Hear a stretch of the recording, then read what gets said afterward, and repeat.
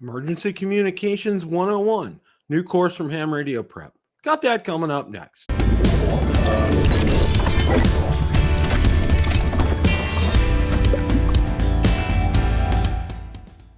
Bill from Ham Radio Basics here.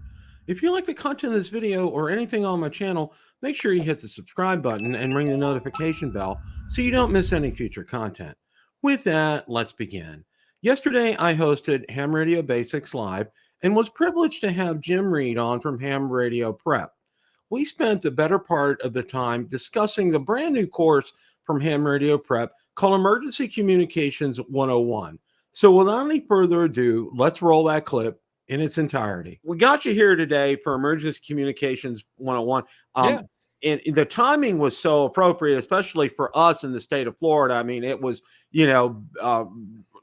had Helene and then Milton right on top of that. And it was just one of those bam, bam, bam kind of a thing. So let's take a walkthrough of that. Let's take a look and see, what this course is about and how, say, for instance, somebody like me who's very interested in this, the benefits that I would get from it. Sure. I'm glad to. So we definitely started from the ground up as far as what should be in this course. And part of it was, there's these groups out there, and every region has something different. Every town may have something different, right? There are some places that are really focused and engaged in Aries. There's other groups that are, there are other places that are focused on races and use the races formula. And then there's even other groups, and here in Georgia, all the statewide folks are part of a group called Auxcom. So there's not one group that we could just sit down and say, hey, let's do a course and teach them how to get started in X, Y, or Z. So what we did was did a bunch of research to say, what are the common things that people need to know if they're going to join in these groups? And they end up being very similar, right? So all the groups are in some way affiliated with groups that work with FEMA. And so there are some basic FEMA lessons that people need to understand in order to join in with the groups. And Aries Races or Auxcom, all three of those require these two FEMA courses to have a certificate in order to be successful and really start off in their group. Another thing is, understanding basics of how just the radios work, right? So a lot of our students come out and they're new techs or new generals, but they've never touched a radio. They've never been on a net. They've never programmed a radio. So we felt like we needed to include all those things as well.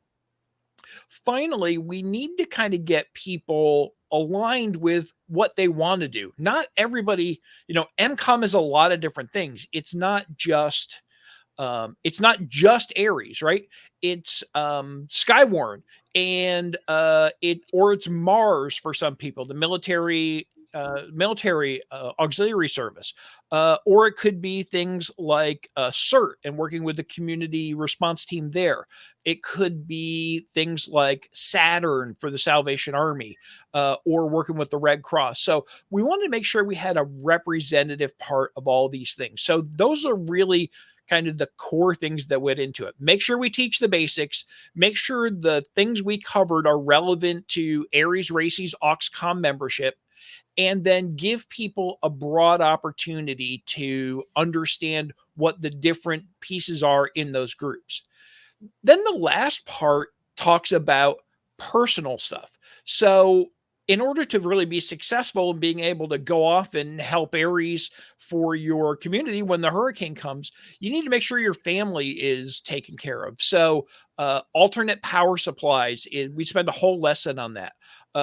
The ability, we spend a lesson on just personal communications plan. So my wife is not licensed, so I can't give her a ham radio and say, here, go forth and be ready to talk to me if the power goes out. But what I can do is give her a GMRS radio and get a GMRS license and do that. And so those are the kind of things that we say you need to think about in your personal communications plan. So really 3 sections: get into the basics of, just the mechanical part of being a ham and working on a net and those kind of things. Then there's more of a, what are all these groups do in different ways? And then finally, how do you take care of yourself? Well, one of the things, Jim, that I found out after moving where we're at here in Florida, we don't have, just to let you know, and I got educated when I came down here, because it was the whole reason I got into ham radio was because of this. All right. I found out, cell phone towers can go down. What are you going to do? And everybody said, you got to do ham radio. And that's how I ended up getting started in this. Now, Right. one of the things that, just getting a little bit of a history lesson here, the building codes changed, probably 20 or more years ago in the state of Florida, that all new homes and new construction are concrete block. All right. Okay. And, I mean, most homes are designed to withstand at least a Cat 2, if not a Cat 3, coming at you directly. And the trusses, they have straps around them, around the block. I mean, it's very different. And then also too, we have hurricane shutters here, and that's mandatory. That's part of state law. And one of the other things that we did, and during the Jim and I, before the show, I told him, I said, we have a Generac generator. We also had installed accordion shutters, and it's so nice. Literally took me 10 minutes to clasp all them. Now, one of the things with this home, and for most homes down here, we don't have wooden frames. We have metal frames. So that literally makes communication inside the house. And this is one of the things that I had some basic lessons that I did myself. I'm telling people, I'm going to say, look, you can have the best HT in the world. You can have the best signal stick in the world.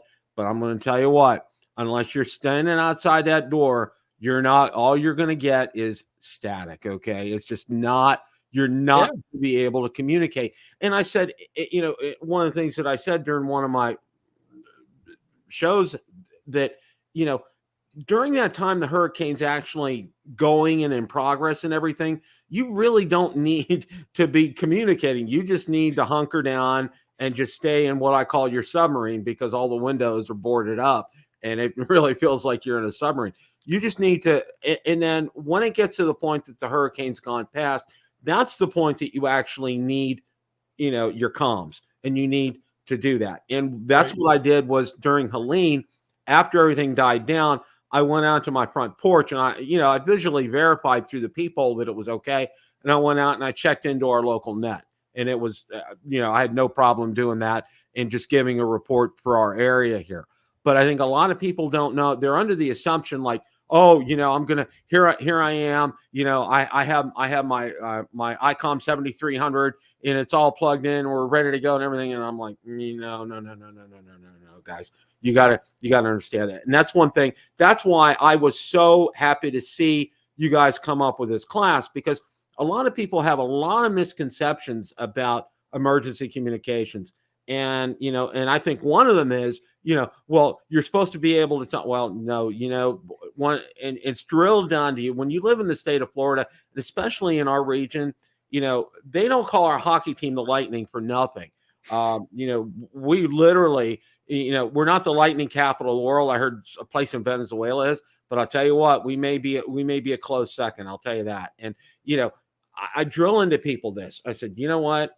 When a storm is hitting, and when you're down here in this region, when a storm is hitting, okay, if you don't have a disconnect switch on your equipment, get one, okay. And if you haven't disconnected, do it, okay, because I'll tell you what, it's going to get hit. It's not a matter of if, it's when.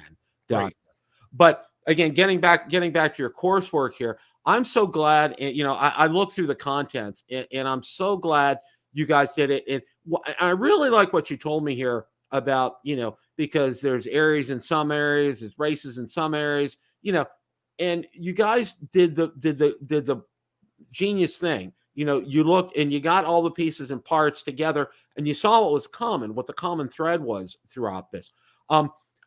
Just, for reference, for our folks watching, how long will it take someone on the average to complete this course? So there's 5 hours of videos in this course. This course has more videos than any other that we've done, including our license courses.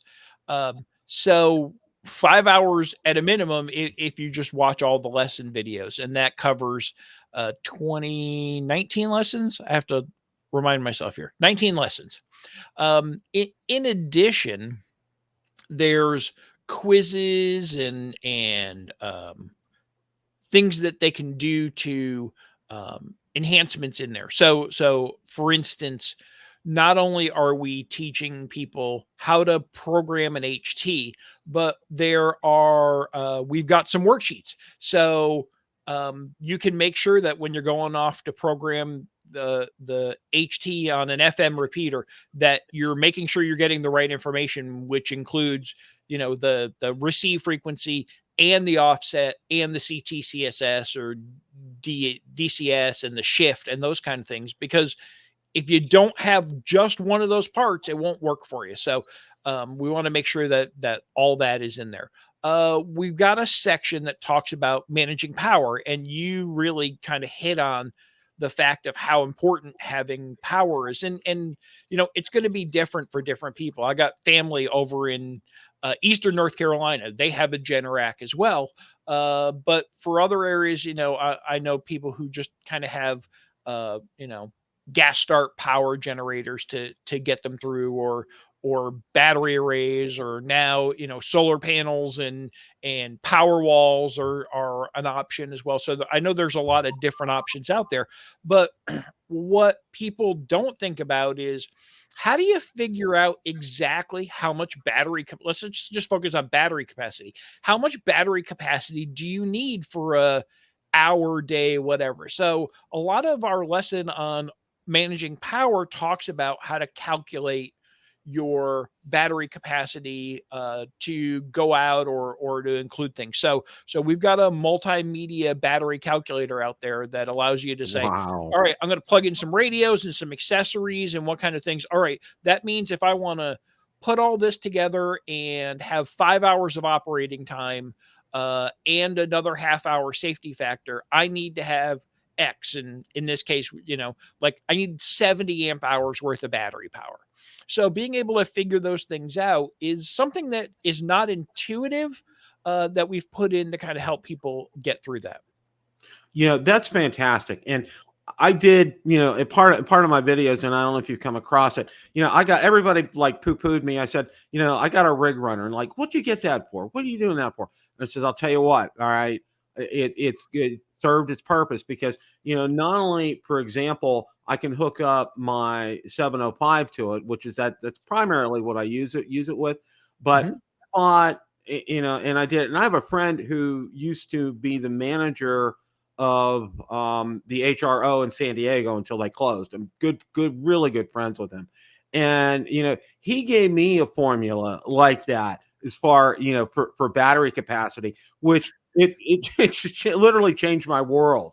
Being able to figure that out. And what I did was I bought a battery big enough, a LiFePO that's big enough, on one end. I had to go to a company called Power Queen to find a special charger for it, because and that's one thing that I'm doing a new video because I had a battery sent to me, and that's one thing that I kind of drilled going to drill in the video is you need to buy a if for that specific battery, you need to buy that specific kind of charger. Okay, that's just, there's no two ways about it. It's like I realize it's going to cost $60, but you're gonna be able to charge it correctly, and it's good quality. And I ended up doing that today, and that's one of the things. Great.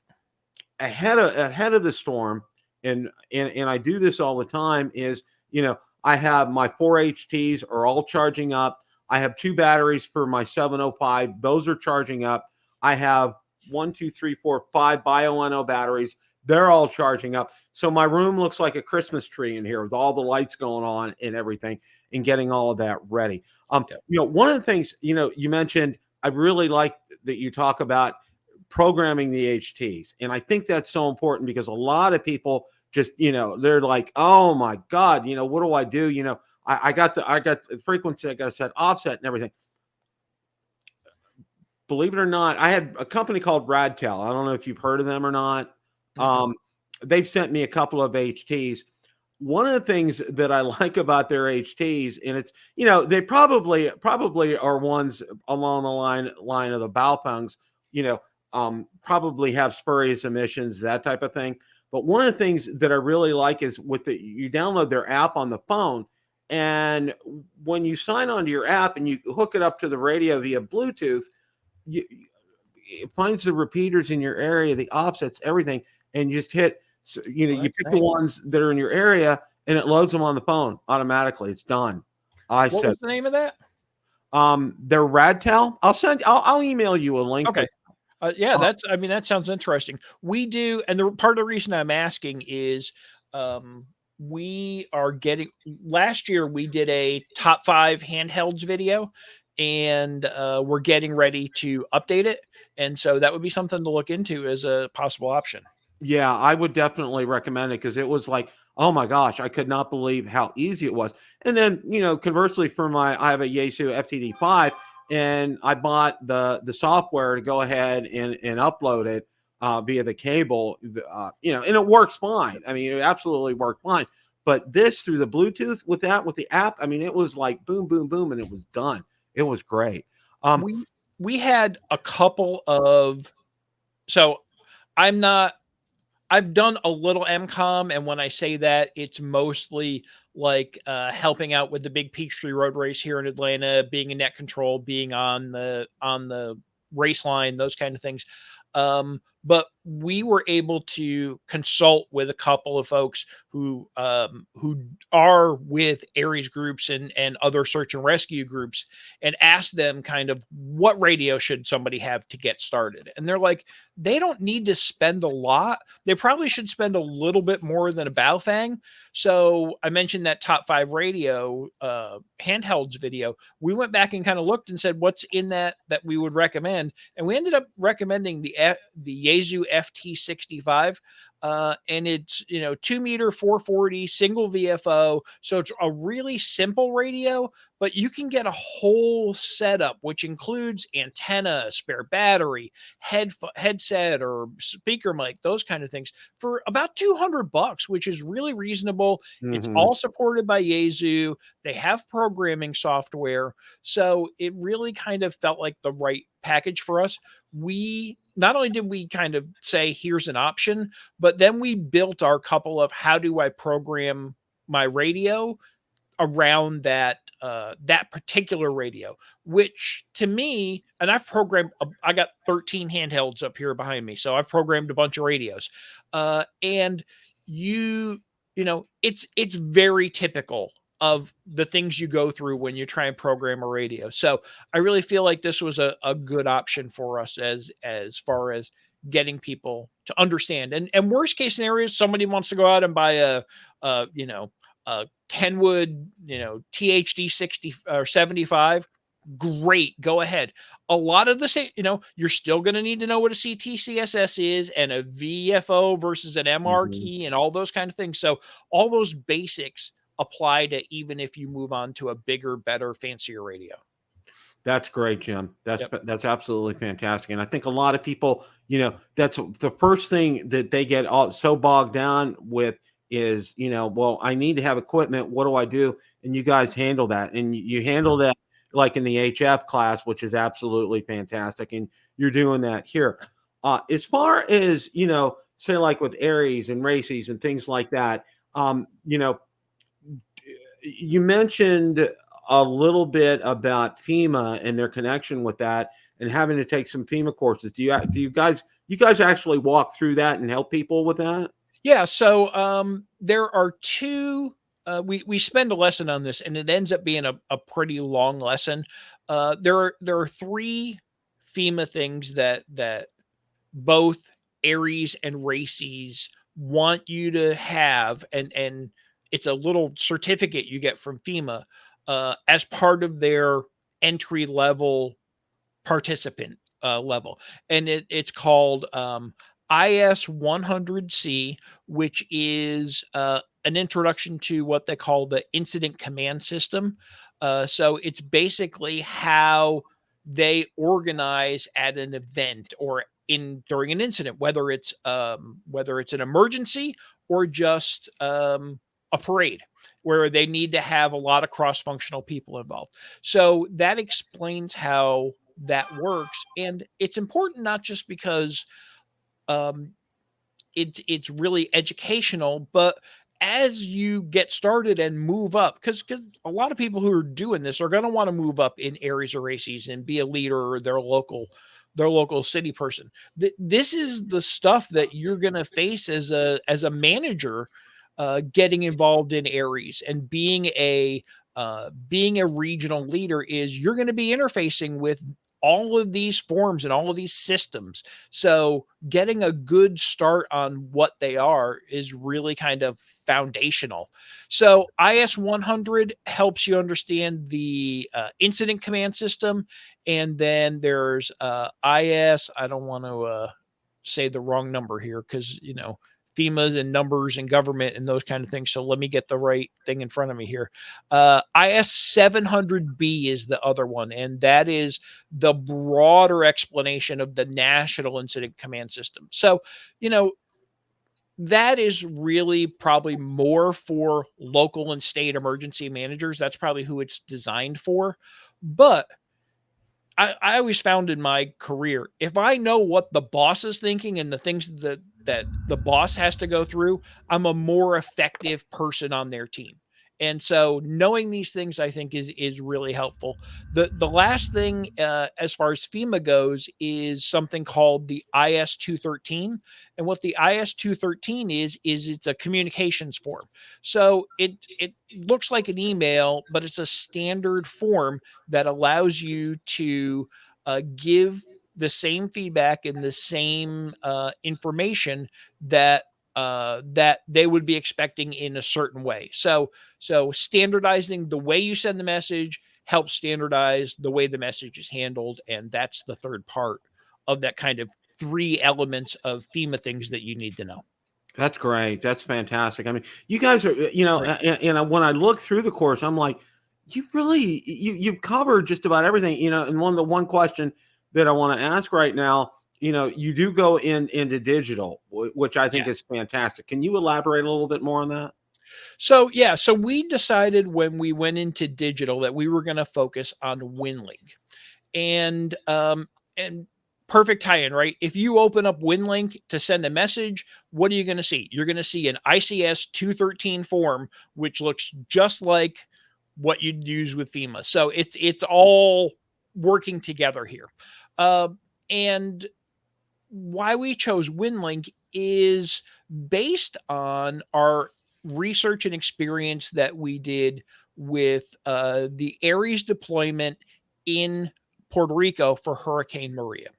So, as we were going through the different groups, one of the things that I felt was really important is to make sure people had an understanding of what the group does. And a lot of people, hey, I want to help when all else fails. That's their motto behind getting involved in amateur radio.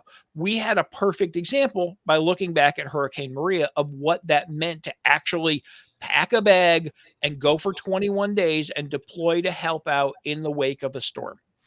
And so we did a lot of research on that, and we were able to talk to people who deployed there. We were able to kind of watch videos and get their stories. We were able to look at stuff that the ARRL put together. And the big thing that came out from 2 of the people that we were able to hear from was WinLink was key because they, and just I'm overly simplifying it here, but they had a net control in San Juan, and then they deployed 10 people out to remote fire stations and hospitals. And they got traffic back from those fire stations and hospitals saying, we need this, we need that, we need help. Well, a lot of those people out in the field spoke Spanish, and a lot of the people at net control did not. So that ran into some issues right there.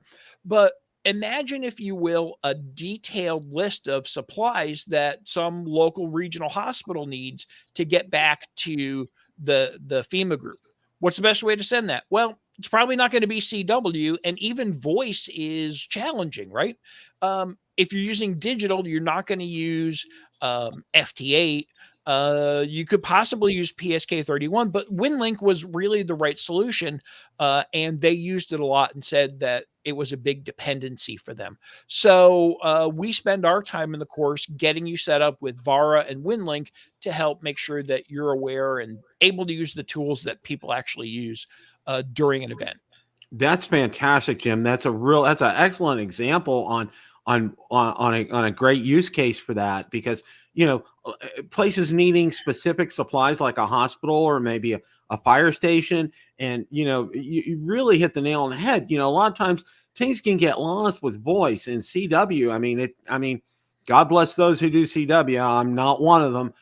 It takes a long time to get messages out that way, and Mhm. things can get lost in translation. And that way with WinLink, that just sounds like that was just a home run what you guys did right there. Yeah, and I think it was really cool if you think about it that these so the folks in Puerto Rico had the foresight to understand we need these remote stations ready and available if something happens. So the stations were mostly set up, even though they sent, ARRL and the group that deployed sent a lot of gear. The stations were mostly there.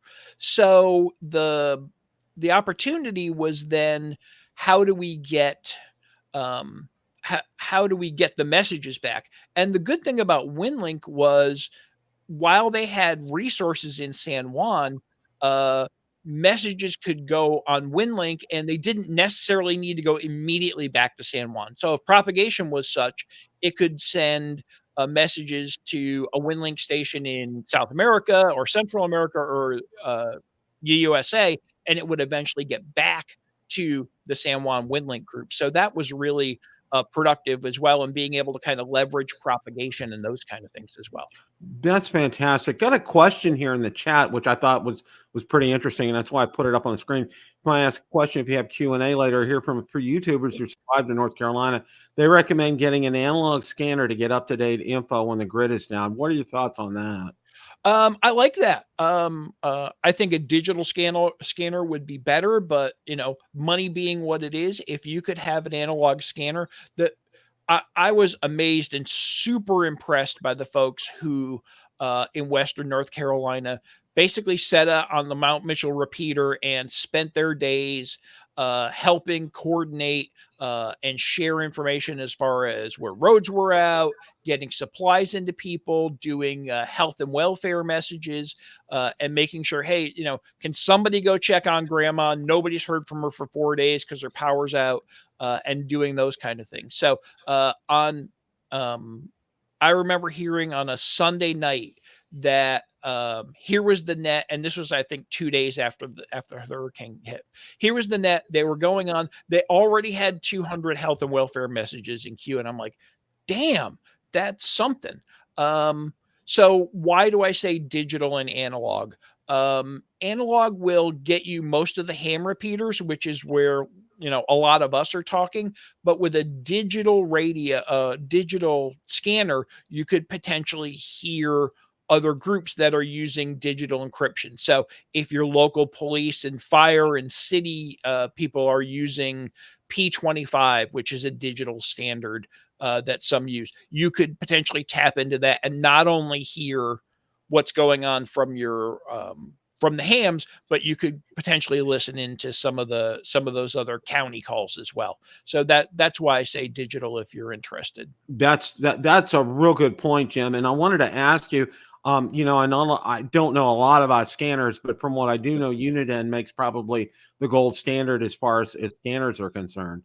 I'm gonna reach over here because I need to unplug. Hang on. Okay. Scanner. Uniden scanner right here. It's connected up to an antenna, but yeah, I've got one here in the shack. So it's a Uniden scanner. I'm not endorsing any brand, but their Uniden does a really good job. This is digital and analog, so I can actually sit here and I do listen to my town's police department and understand what's going on. We had a lot of rain during Helene here. We had 11 inches of rain, and I'm probably 500 yards from a creek that likes to flood during heavy rains. So being able to listen into the police and understand what was going on there was super helpful. So just one option here for, I'll plug that in later. So just an option of an opportunity there. And we've got I'll go back to talk about the course. While we didn't talk as much about scanners in the course, we did talk about the personal communications things and things like having a weather radio, just a crank up weather radio that you can listen to AM, FM, and hear from your local stations that talk about what's going on from a news perspective and monitor the National Weather Service. So you can go out and buy those, and they're not that expensive. And you don't need to have a battery because they just, wind them up and away you go. And I've got a couple sitting over here that I can't reach, but it looks like you're getting one that's very similar to, yeah, I've got something very similar here. So they're not really expensive, and you can charge them, use a cell phone charger to charge them too if you want when the power's on. But just it's a handy little thing, and so we get into those kind of things in our personal comms section as well. That's fantastic, and and I'm glad the gentleman brought that question up about the scanners, which is a good thing. And I think, Yep.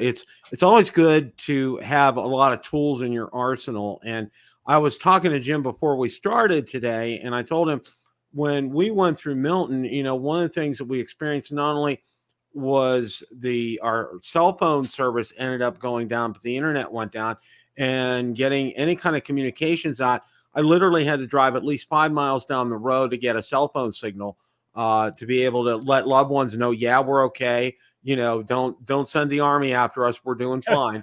So it was kind of frustrating. So what I ended up doing was, and let me go ahead and show everybody this.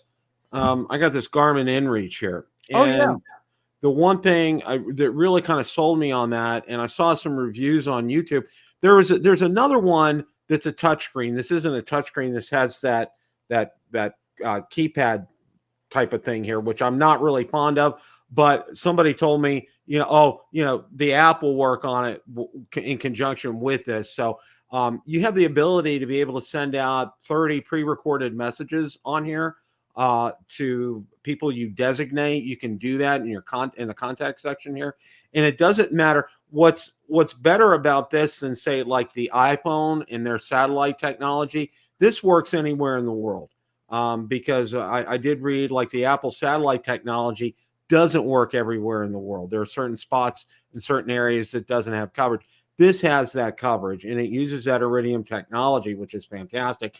And the plan that I'm going to be on is going to be like $24.95 a month, which I think is a bargain on this too. And it also has an SOS feature on it. And every time you send out a message, it lists the exact latitude and longitude within probably about, a half meter of exactly where you're at. So this is another tool that it's everybody talks about, having your carry-on, having your HT. This is going to go with it. And this is part, because I want to be able to communicate no matter what. And the batteries on this, one nice feature about it, but he said it will last up to 14 days when it's on. So Nice. That's pretty amazing. So I was real impressed and very sold on that. I have there's a lot of good personal emergency stuff like that out there now. I think that's one. And I have a friend who likes to go mountain climbing, and I'm like, how are you keeping in touch? How what do you do if you fall down on a rock and break your leg while you're 13,000 feet up? And she showed me that she had something similar to that. So that was exciting. I got into a little bit of a jam a couple of years ago. I love going up to the Blue Ridge Parkway in North Carolina and just beating around and doing things. And I was out for a walk, and I'm like, I'm not feeling that great. And I got no cell phone coverage. And, I ended up making it back okay, but it was, I wasn't comfortable with that. So as soon as the iPhone came out with their SOS functionality, I upgraded just for that reason. I'm like, honey, I never want to be out of contact again. And so it's got this, basically ping the satellite with a short message that you can do. And I think that's great. And I think a lot of them are that's expanding more and more. I've heard that T-Mobile and Starlink are working on a thing now where a lot of their phones will do that. So it's going to be more. So as you grow into your next cell phone, that's probably going to have SOS technology that uses the satellites to do that. Right. So I had pretty heard excited that about that. Android's going to upgrade for that as well, which is very welcome news. And you mentioned Starlink, and one of the things that I found out, my wife and I are currently looking into this right now. If you were affected by either of the hurricanes, Starlink is giving you free service through the end of the year, which is $120 a Oh month. yeah, that's great. So we're gonna check that out because that's pretty much what we pay for our internet service provider anyway. Hamradioprep.com is our website. We also have the Ham Radio Prep app. And once you get to the website, you're looking in our courses, and it's Emergency Communications 101.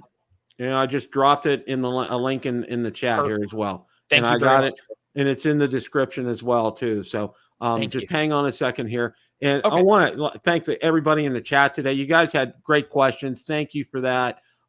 This was just absolutely, this made my day. It's probably made my week since, everything that's been going on with the hurricanes and everything. Jim, we're definitely going to have you back. I'm going to get James back on. I'm going to get some folks from World Radio League on as well too, because I can't get your message out enough on what a great job you guys do. So kudos to you. 7-3s to everybody out there. Have a great rest of your day. Take care.